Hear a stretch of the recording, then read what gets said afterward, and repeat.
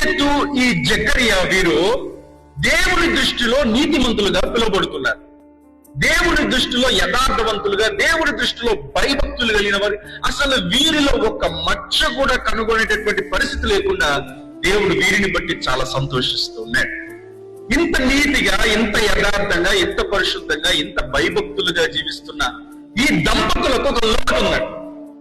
ఆ లోటు ఏంటి అనంటే పిల్లలు లేరు. సర్వసాధారణంగా ఎవరికైనా పిల్లలు లేరు అనుకోండి, వారికి బాధ ఉంటుంది.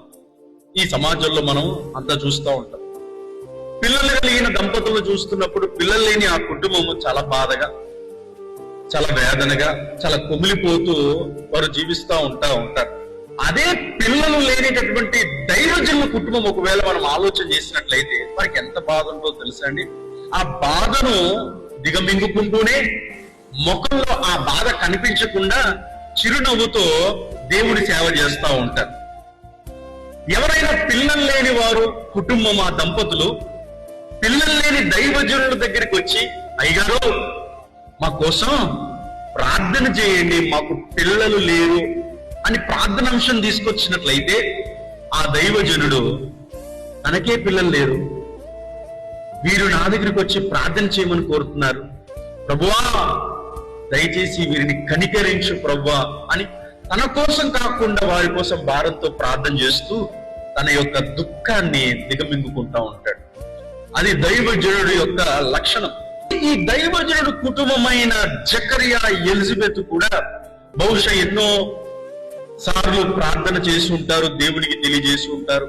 దేవుడి చిత్తం, దేవుడిస్తే కుటుంబంతో కలిసి సేవ చేస్తాం, దేవుడు ఇవ్వకపోయినా ఈ దాంపత్య జీవితం దేవుడు భర్తగా నాకు ఇచ్చిన ఈ బాధ్యత, భార్యగా ఎలిజబెత్కి ఇచ్చిన బాధ్యత మేము నమ్మకంగా నిర్వర్తిస్తాం. దేవుడు పిల్లలు ఇవ్వలేదని చెప్పేసి ఈ యాజక ధర్మాన్ని వదిలిపెట్టే ప్రసక్తే లేదని జకరియా ఏం చేశాడు తెలుసండి? వృద్ధాప్యం వరకు దేవుడి సేవ చేశాడు. దేవుడికి స్తోత్రం కలుగును గాక. హల్లెలూయా. అసలు దేవుడు నాకు ఏమి ఇచ్చాడని, పిల్లలు ఇవ్వలేదు కదా, పిల్లలు ఇవ్వకుండా నేను ఎలా సేవ చేయగలుగుతానని బహుశా జకరియా నిరాశ నిస్పృహకుండా వెళ్ళినప్పటికీ కూడా ప్రభువుని బట్టి ధైర్యం తెచ్చుకొని దేవుడి బాధ్యతను ఇచ్చాడు. మరణము వరకు ఈ బాధ్యతను నేను నమ్మకంగా నిర్వర్తించాలని జకరియా అంటాడు.